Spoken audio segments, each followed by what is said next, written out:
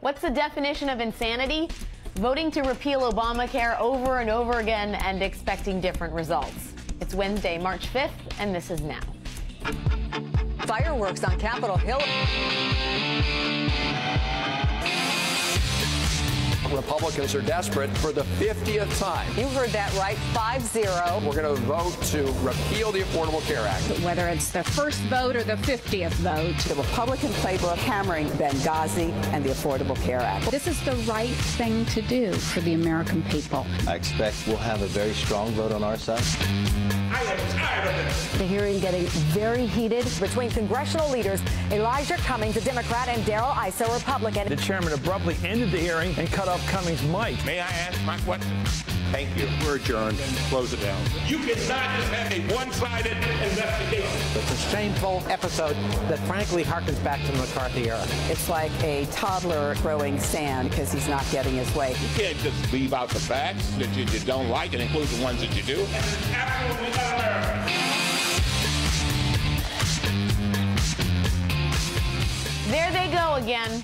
House Republicans were up to their old tricks today, trotting out their favorite whipping posts, the IRS and Obamacare. First, the IRS. After former IRS official Lois Lerner again pleaded the Fifth before Chairman Darrell Issa's Oversight Committee, Issa tried to adjourn the hearing without letting any Democratic members speak. May I ask my question? May I state my statement? You're all free to leave. We've adjourned, but the gentleman may ask his question. For the past year, the central Republican accusation in this investigation. We're adjourned. Close it down. Political collusion directed by on behalf of the White House. Before our committee received a single document. Thank you. We'll introduce one witness. Chairman Issa went on national television and said that I am a member of the Congress of the United States of America. I am tired of this. Well, We have members over here, each who represent 700,000 people. You cannot just have a one-sided investigation. There is absolutely something wrong with that, and it is absolutely un-American. Hear, hear. Afterwards, the chairman defended his decision to cut off proceedings. Mr. Cummings said that he had questions to ask. Instead, he began making an opening statement even after the committee had been adjourned. Therefore, the committee stood adjourned. Yes, sir. Mr. Chairman, how much of this is a political play for Republicans in the election? None. Not a shred of it. Not a smidgen of it. Not a smidgen? Not everyone was buying that, and for good reason. I think the chairman showed a great deal of immaturity. It's like a toddler in a sandlot throwing sand at others because he's not getting his way. what we're seeing in the House today is a sign of larger dysfunction and partisanship on behalf of Republicans. Whether it's Benghazi or whether it's this trumped-up investigation of the IRS, Republicans are desperate. And what are we doing today on the floor of the House? For the 50th time, we're going to vote to repeal the Affordable Care Act, to get rid of Obamacare. And yes, just within the last 30 minutes, House Republicans did that, passing their 50th repeal vote. 50, like the Hawaiian cop show, 5-0. This repeal was guised under the innocently named Simple Fairness Act because making it harder to insure Americans is simple fairness. Anyway, it suspends the ACA's individual mandate penalty through the end of this year. The tax on the individual mandate, either buy health insurance or you pay the tax, is frankly, it's not fair. Hardworking Americans are struggling under the president's health care bill. They don't need to see 1% of their salary taxed because they can't navigate a failing Obamacare bureaucracy. We think it's whether it's the first vote or the 50th vote, this is the right thing to do for the. The irony or the weird boneheadedness of trying to repeal settled law for the 50th time was not lost on Democrats. It was, in its way, a golden anniversary for Republican intransigence. I want to wish my colleagues a happy 50th anniversary. I think there's a gold ring in there somewhere. But as Salon's Brian Beutler notes, all these anti-Obamacare votes are no longer a calorie-free, chemically-induced sugar high for the GOP. Prior to this year, he writes, voting to repeal the Affordable Care Act was a freebie. A statement without real meaning, but which nevertheless appeased wild-eyed reactionaries on the right. Now, it comes with a cost. Now, it is a statement of intent to annul millions of people's health care benefits. But do not expect that reality to produce a Republican health care alternative anytime soon. For the moment, it will be increasingly narrow show votes about very specific parts of the ACA. That way, an actual alternative can remain something nebulous and to be dealt with further down the road, or, you know, never. It is a strategy that isn't exactly a secret. You know what they say, 50th time is the charm. Maybe when you hit your 50th repeal vote, you will win a prize. We get it. We understand. We get you don't like it. I got it. Joining me now is a Democratic Congresswoman from Florida's 23rd District and the chair of the Democratic National Committee, the inimitable Debbie Wasserman-Schultz. Congresswoman, thank you so much for joining us. Thanks, Alex. Great to be with you. So, is the 50th time a charm? How much longer is the GOP going to keep this up? Well, you know, it's funny. The president said that during his speech to the Democratic National Committee winter meeting last week. And, you know, he said, we get it. But apparently the Republicans don't get it. What they don't get is that 50 times to try to repeal what is already law, what is ensuring more than 4 million people now.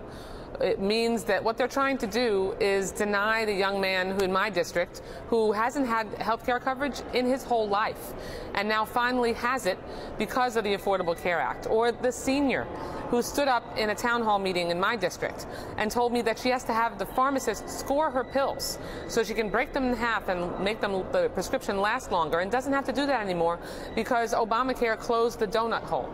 That now is what the Republicans 50 different times has tried to deny Americans, to make sure that if you don't have your health, you don't have anything, and that they can have the peace of mind to remain healthy. That's just unacceptable. And we've got a few more things to do, like make sure that we can focus on creating jobs and continuing to get this economy turned around, rather than fruitlessly wasting time 50 different times just to continue to try to deny people health care. It's outrageous. Congresswoman, I got to ask you, the repeal vote has gone through several iterations, and this one is not a full repeal, but it's a repeal of a part of the law that is a bedrock piece of the law nonetheless. Right. Exactly. But I wonder if you think, I mean, they've done this 50 times because they think it works for them somehow. And whether tailoring it to a more narrow set of goals somehow makes the GOP seem more reasonable. You know, what they're doing here is they've not gotten away with overtly, directly trying to repeal the Affordable Care Act. So instead, what they did with this bill is they're trying to just basically eliminate the entire fiscal underpinnings of the law. Getting rid of the individual mandate makes the Affordable Care Act, totally financially non-viable. And so it's essentially the same thing. What they're trying to do, which they've continued to try to do and been unsuccessful, is use this as an election issue. But Alex, every election, including the recent gubernatorial election in Virginia, that has come down on a question of whether the American people want to repeal Obamacare or whether they just want to fix it and have us work together to address some of the concerns they have. The folks who want to fix it, not end it, have won every single time, and that's why one of the reasons Terry McAuliffe is governor today. So, people just want us to work together. I mean, they want us to pass a minimum wage increase. 74% of the American people believe that the minimum wage should increase, that you shouldn't have to live in poverty while also holding down a full-time job. We need to extend unemployment benefits for the people who are still struggling to look for work. We need to pass comprehensive immigration reform. Yes. The Republicans continue to talk about how they really want to reach out to Hispanics, and they support making sure that we can have a path to legal status.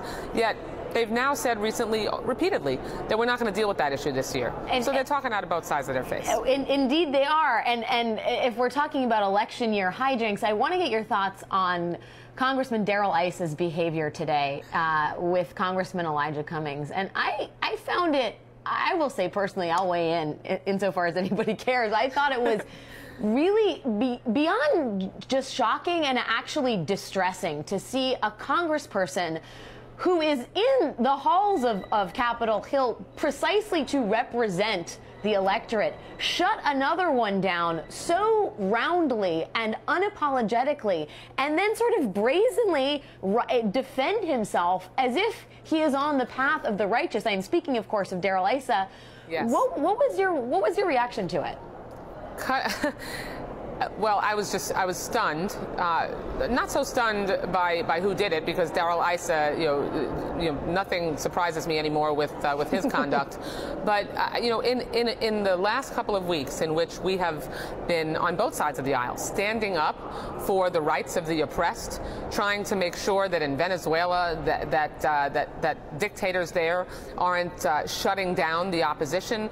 The same thing in the Ukraine.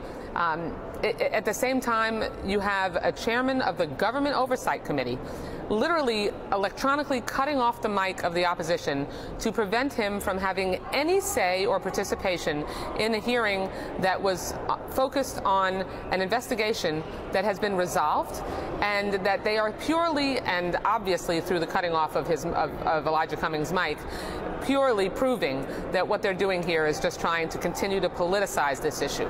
It is a settled matter. President Obama has condemned it. The director of the IRS lost his job over it. Lois Lerner lost her job over it. Heads rolled, as they should have.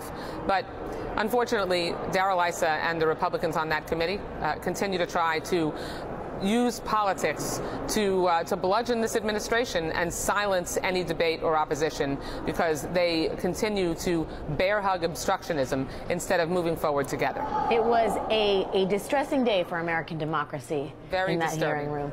Congresswoman Debbie Wasserman-Schultz, thank you for your time. Thanks, Alex. Great to be with you. Joining me now is the Washington bureau chief for BuzzFeed, John Stanton. Big John, let's first talk about Darrell Issa.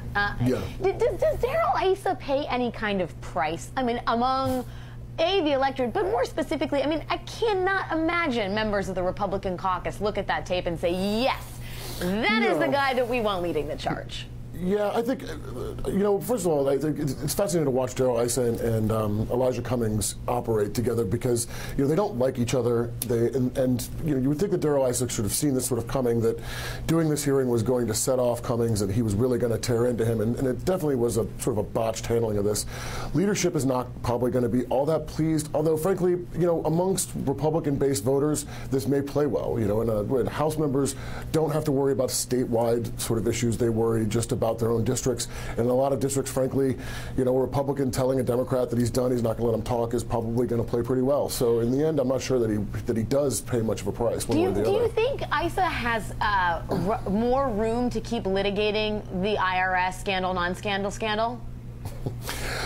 Yeah, sure. They can drag this one out for as long as they want. I mean, Whitewater got dragged out for a decade or something crazy, so they could absolutely pull this one, until certainly the end of the administration, I think. And again, because with base voters, the IRS issue still plays very, very well.